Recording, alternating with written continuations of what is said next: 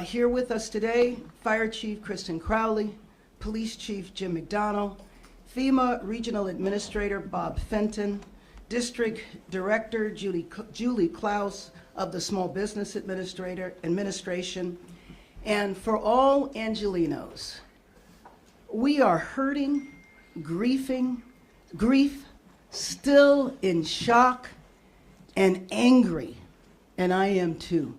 The devastation that our city has faced. But in spite of the grief, in spite of the anger, in spite of the shock, we have got to stay focused until this time passes, until the fires are out.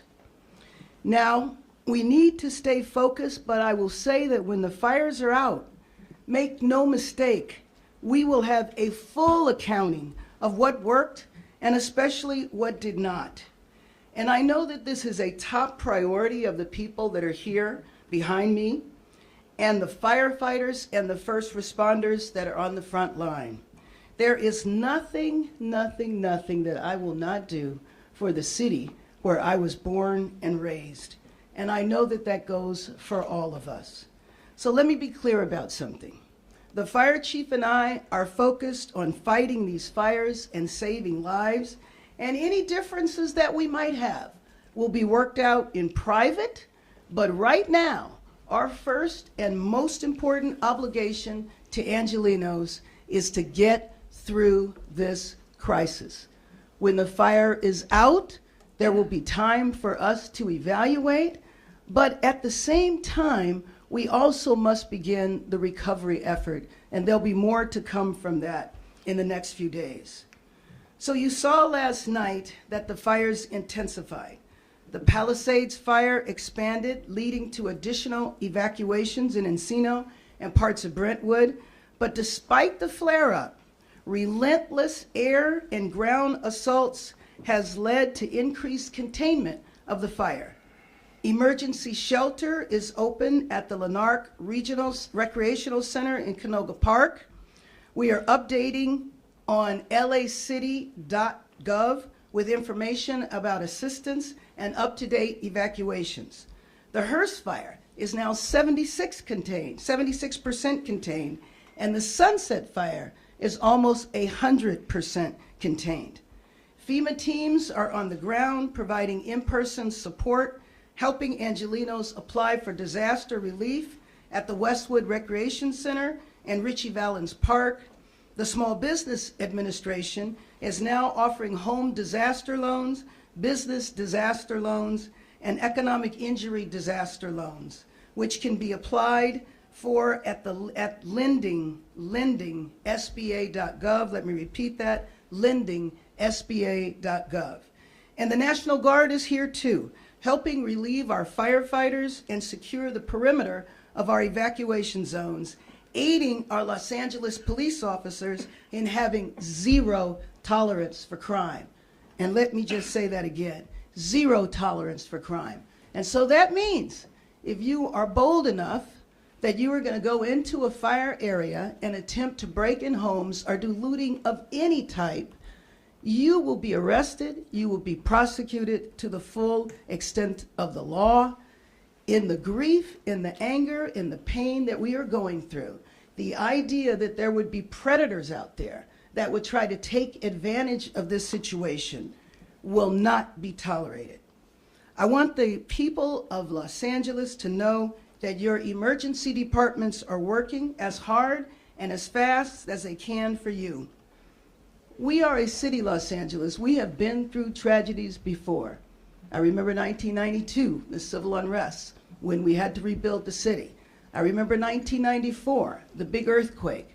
This tragic event will bring us together. We will stay together. We will get through the fires, and then we will rebuild our city, and we will rebuild our city even better. With that, let me introduce our Fire Chief, Kristen Crowley.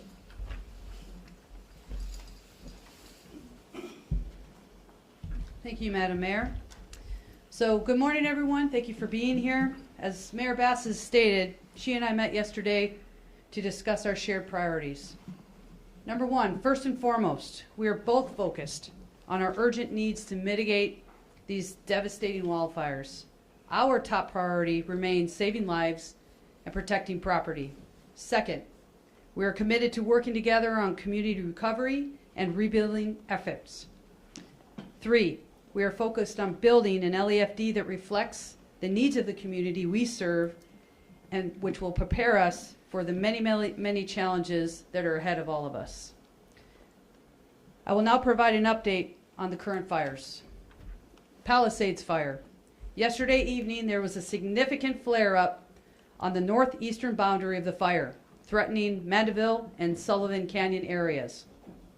We immediately redeployed resources from the San Fernando Valley to begin evacuation and extinguishment efforts with a relentless air attack utilizing all available aircraft in the area. I can now report that we have increased the fire's containment from 8% to 11% with 3,712 personnel that are assigned to this incident. The fire is now at 22,660 acres with all evacuation orders and warnings. They all remain in place. The Hearst Fire, 799 acres, 76% contained. 2 structures were damaged. 305 personnel are assigned to that incident. Sunset Fire, halted, and I want to focus on that word, halted and stopped at 42 acres, 100% contained due to the due diligence of our first responders that are out there doing their work. Currently in mop-up and patrol status and no active threat to the public. Now looking forward, over the next few days and into the next week, we will be facing another critical weather event.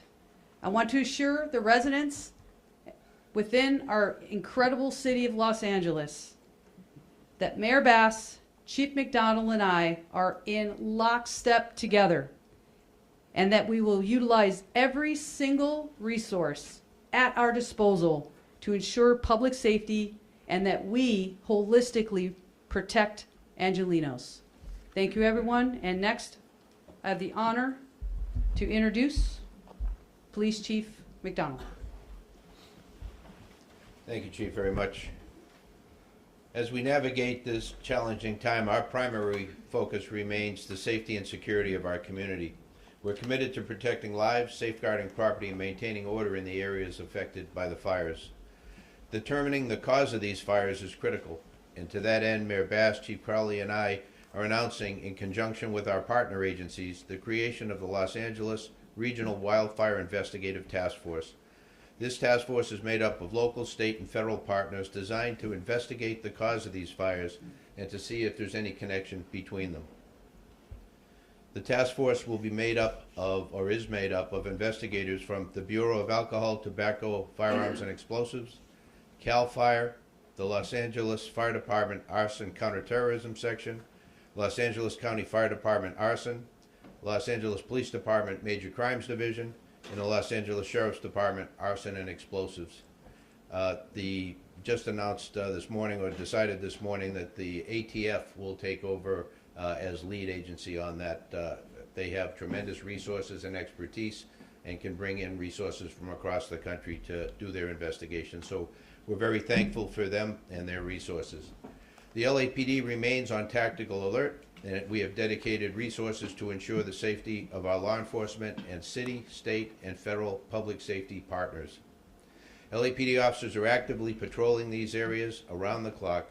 These efforts include enhanced visibility in evacuation zones and neighborhoods where homes and businesses are vacant. We're deploying marked and unmarked vehicles as well as foot patrols to ensure a strong presence and swift response to any issues that arise. LAPD currently has over 600 officers deployed to these areas, with support from Port Police, who provided personnel, and the National Guard, who provided 40 personnel at various posts throughout the Palisades, and we're truly grateful for their support also. We've continued to respond to radio calls with reports of looting, although I'm happy to share that so far none have been substantiated in that fashion. let me be clear on this, and the mayor just talked about it. We do have a zero tolerance policy for anybody attempting to exploit this crisis. Looting and other illegal activities will not be tolerated, and we've taken significant steps to prevent such behavior. Additional patrols are actively monitoring evacuated areas, and we've implemented a system of surveillance and rapid response. LAPD is enforcing a curfew in Los Angeles City areas where mandatory evacuations are still in place. The curfew will run from 6 p.m. to 6 a.m. Last night we arrested a total of 5 people for crimes involving curfew violation in the Palisades burn area. I want to remind everybody that unless you are public safety personnel or another type of disaster worker, you have no reason to be at these locations, and if we see you in those areas, you will be subject to arrest.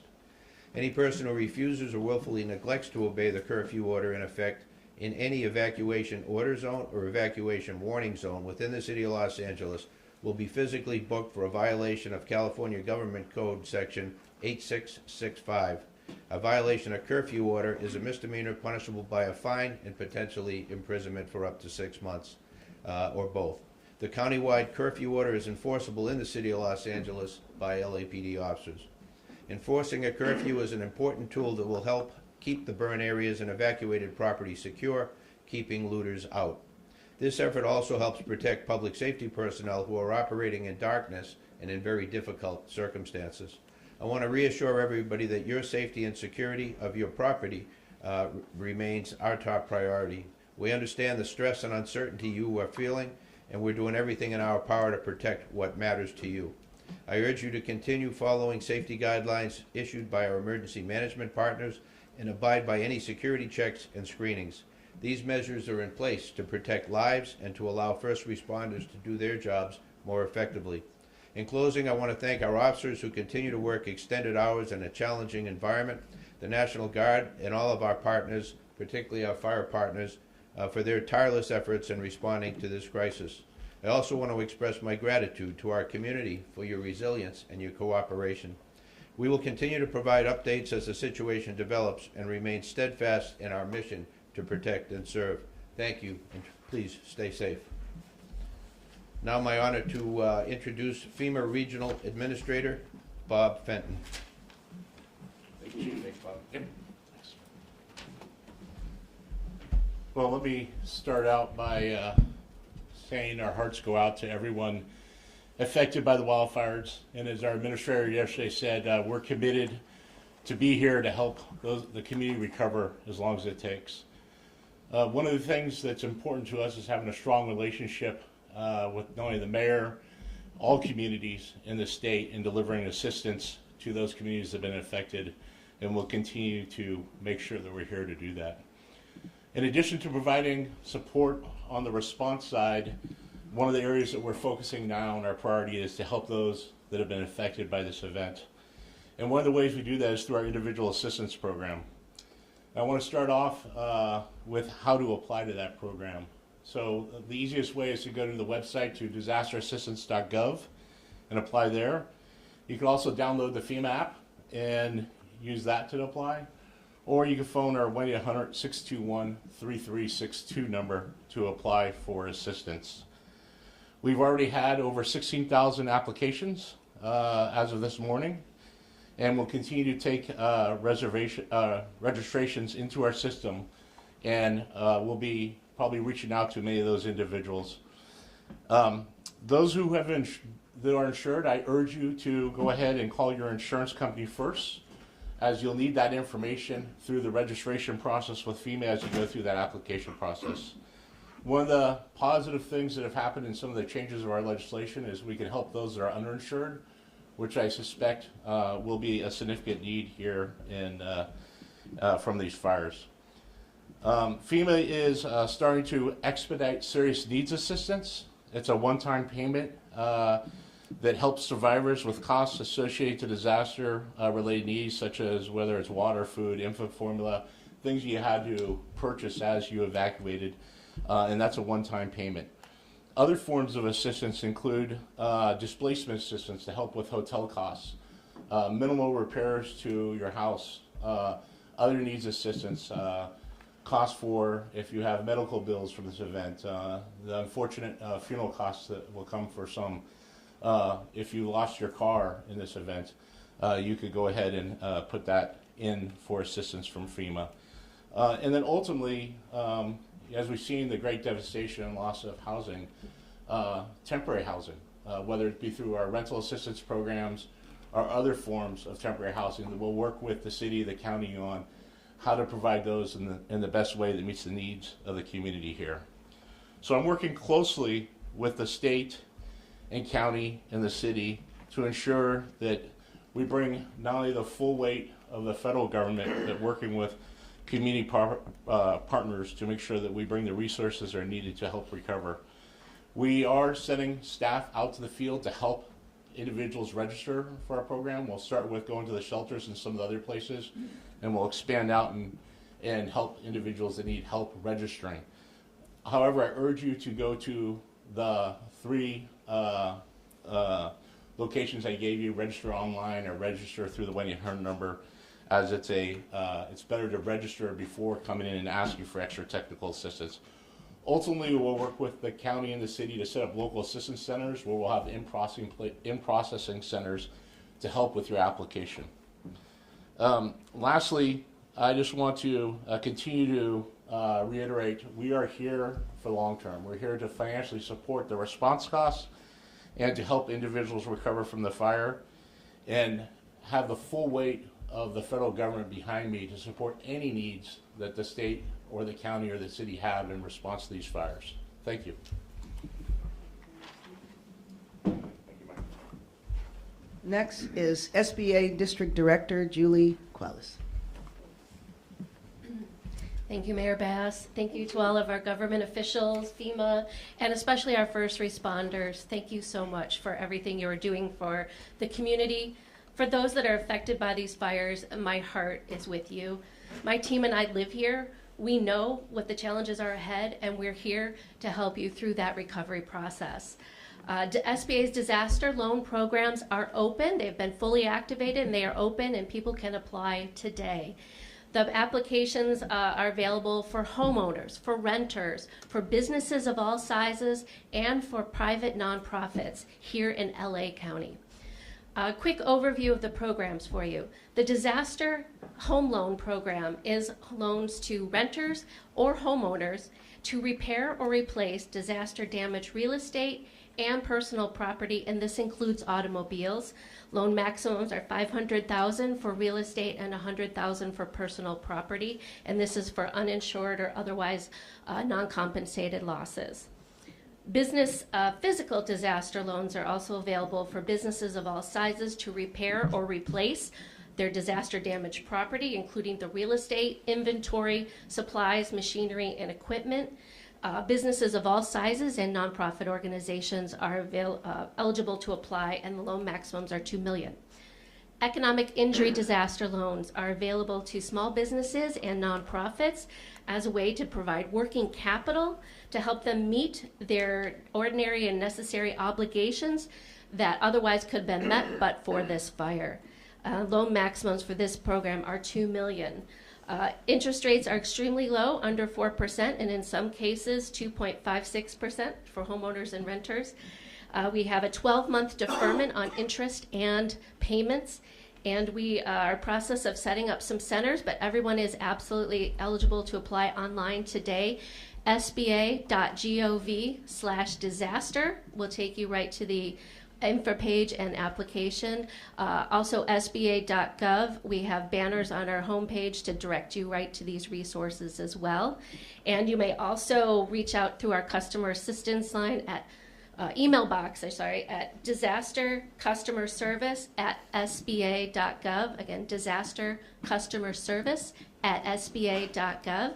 And we also have our cadre of business advisors through small business development centers, women business centers, veteran business outreach centers, and SCORE, who are all over the county with free business assistance ready to support any business concerns you may have, from recovery and rebuilding to applying for any of the assistance we talked about today. Thank you. First question to Lynette, and then second question to Dennis. Lynette? You have a question? Oh, Sure. Oh, there you go. Mayor, yeah, good morning. Annette with NBC4. Yes. You know, the Palisades fire has had flare-ups last night, earlier this morning, and the threat to more homes, to more communities is very real. What do you tell these residents that are now finding themselves under evacuation orders? Well, you know what? I think that the people in Palisades and in most of the areas have been doing everything they can. They've been responding to the evacuation orders. I think that is critical that they do that. We know that those people who stay behind might not be able to get out. And I think that it's important that people pay attention to that. The good news is that the fires have been slowly being contained. I know that the Palisades area is one of the ones that is the most vulnerable for the winds to continue to spike up. And it's anticipated that the winds will kick up again at the beginning of the week. And what about So those having pockets? National Guard there, having law enforcement there is going to be very critical, because not only do we have to protect ourselves from the fires, but we also have to make sure that no one goes up there and attempts to loot, attempts to do anything that is inappropriate in the area. And those other pockets, Brentwood, Encino, that are now... Well, they need to pay attention to what the orders are. You know, in some of the areas they've been told to evacuate. I know that west of the 405, people are supposed to evacuate. I know east of the 405, it's a warning. So I think people need to pay careful attention to what the instructions are. And please, please, please not try to wait out the fires. Next question to Dave and then Julia. When Chief Crowley walked into your office yesterday, were you planning to fire her? Were you angry with her over her media appearances Oh my on goodness. CNN and Fox? And do you agree with her that the fire department is very underfunded and understaffed? Let me just say that, as you see here, the chief and I are lockstep in our number one mission. And that mission is to get us past this emergency right now. We want to make sure that we save lives, we save housing, we save businesses, and if there are differences that we have, we will continue to deal with those in private. But were Thank you you. planning to fire her? No. Thank you. Next question, Julia. Governor Newsom said in an interview yesterday that he wasn't getting straight answers from local leaders, and that he was, quote, "I was getting different answers, that I'm not getting the actual story," and that said that in reference to the investigation he's bringing on LADWP. What do you make of that? First of all, I have no idea as to what he means when he says he's getting different answers from different people. But I have to tell you, I have a lot of concerns about every step of what has happened over the last week.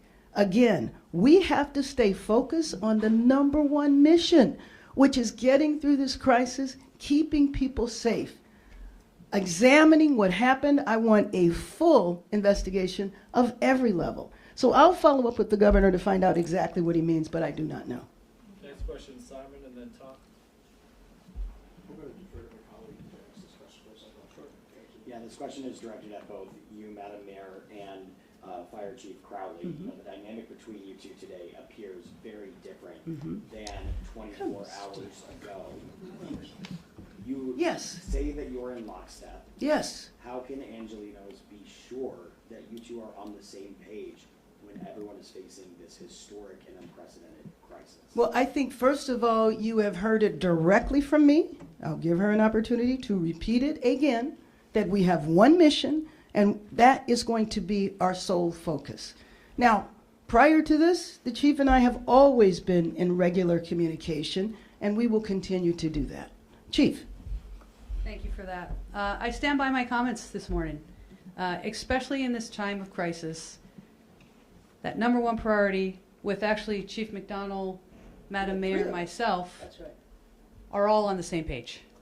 And I don't know how to overstate that at this point. That's why we're all here today, is to make sure that the community, the people that we serve, understand exactly where the three of us are. And I think I know we've clearly articulated that this morning. So thank you for the question. Just one follow-up quickly. Are there enough resources for the city to answer the demands of this? Well, you know, let me just say that not only are there the resources and unlimited resources that the fire department, the police department need right now, We're not going to sit around and look at what we're going to spend on or not. If Chief McDonald calls me and tells me this is what he needs, if Chief Crowley calls me and tells me this is what we need, then that's what we'll do. But let me just also say that it's beyond Los Angeles. So the mutual aid component, I'm getting phone calls from all over the country, from people I served with in Congress who have now moved on to be governors. We have a number of different states, even Canada called.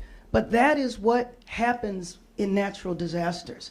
I know the chief and I think it was just a couple of months ago, we had a number of firefighters go around the country. Firefighters go around the country all the time to assist in natural disasters, and that's exactly what is happening. Now let me add on to that to say that President Biden, Vice President Harris, the state leaders, and obviously the governor, but also the head of the state Senate, the head of the state assembly, they have all been calling us off the hook. I did a press conference yesterday, a Zoom press conference, the governor and I did, with the president and the vice president, for the president to reiterate over and over again. The fact that we're getting 100% reimbursement from FEMA is not something that is usual. Not at all. But it is something that the president agreed to. So I feel confident that whatever support is needed, we will have. Have you heard at all from the incoming administration? I have not heard from the incoming administration. However, I have reached out to some of my Republican colleagues. It is helpful that I served with many people who now will be going through confirmation, so I'm in touch with my colleagues.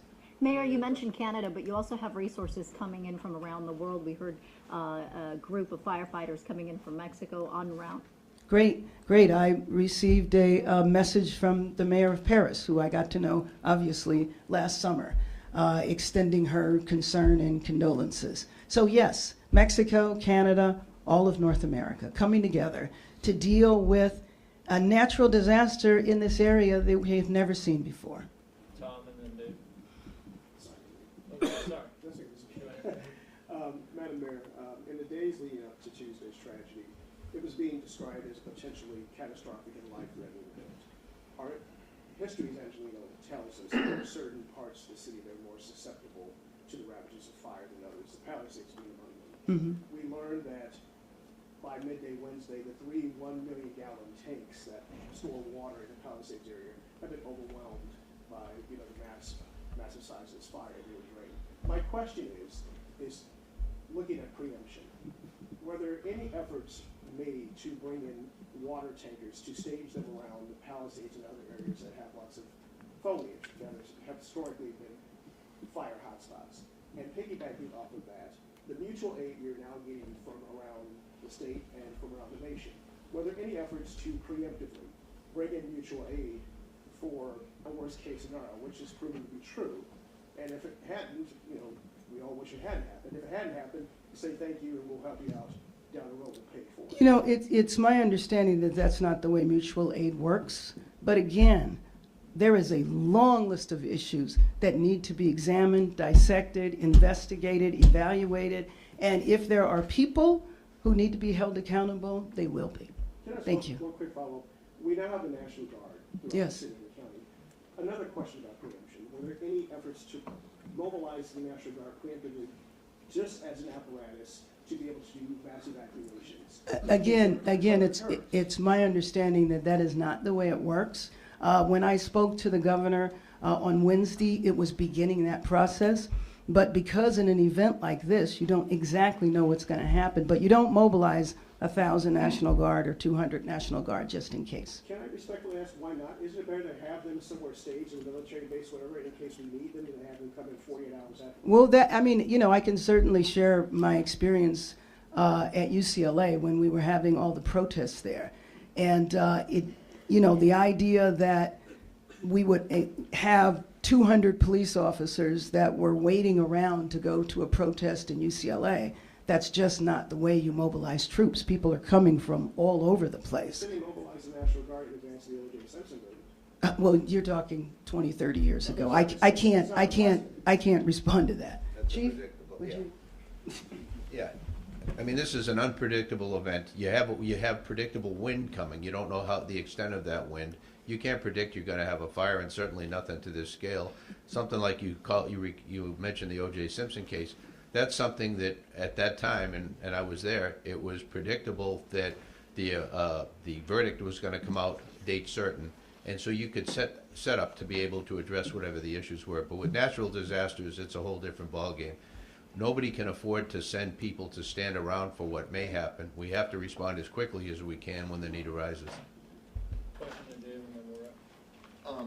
The fire chief said yesterday that the city failed her department. Do you feel that's a reflection on you, and do you agree with what she said? You know, once again, I will say that I have one mission right now, and the two of us, and frankly, all of us here, have one mission, and that's to save lives, to save homes, and to save businesses. That is going to be my focus. Any issues, opinions, differences, whatever I might have will be dealt with in private. Thank you. Mayor, and given that that is your mission, now that you know about this significant wind event that is coming up, how are you preparing? Well, I mean, I think you have an example here. Everybody standing here, we are absolutely doing everything we can to prepare. Knowing what has happened over the last few days, we will be prepared. Thank you. Thanks so much, everyone.